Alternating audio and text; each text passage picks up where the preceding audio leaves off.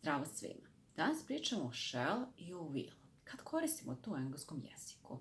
Shall se dosta koristi u prošlosti. Možete vidjeti po klasičnim engleskim romanima, po filmovima koji su bazirani na radnjama koji se dešavaju u 19. 18. veku, a možete vidjeti po nekim čak i serijama iz 50. godina kad se shall ipak malo više koristio nego danas. Također, možda vaši roditelji ili možda vi, zavisno od koliko imate godine, sećate se možda u školi učili shall i will paralelno. Pa shall je prilično zastarao, više se ne koristi toliko. Ono što je dobra vest što i dalje postoji u engleskom jeziku. Dobro je zato što je dobro da jezik bude bogat i na više načina možemo izraziti naše mišljenje. Shall se znači ne koristi kao will, znači ako hoćemo napravimo obično buduće vreme, future simple, koristit ćemo will. A shall možemo da koristimo ako imamo neki predlog. Shall we dance? Shall we have another cup of coffee? Shall we go out?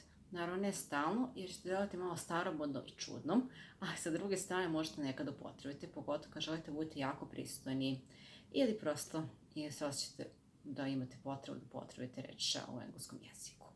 S druge strane, kao što rekao, nemojte preterati u upotrebi, recimo bilo bi jako čudno da ste recimo negde sa nekom ekipom i vi kažete I shall go home. To mi zvučilo kao da vas neko tu drži, vas mnogo zadržava, pa ste vi izjavili da vi sad idete kući. Malo bi delo i nepristojno. Ne bi ljudi mogli shvatiti da ste tako nešto rekli. Druga upotreba shalla u današnjem engleskom jeziku je u nekim formalnim dokumentima. The tenant shall pay the rent until the end of the month. Znači nekada u ugovorima kada želimo nekog da obavežemo nešto uradi, umjesto will ćemo pisati shall jer ima neku veću težinu. Eto, to je razlika među shall i will. Tako da koristite will, pogotovo ako još uvijek niste dobro svladili engleski jezik, a shall bacite kada želite da budete veoma pristojni, kada prosto osjećate potrebu upotrebiti shall i možete ugovorima.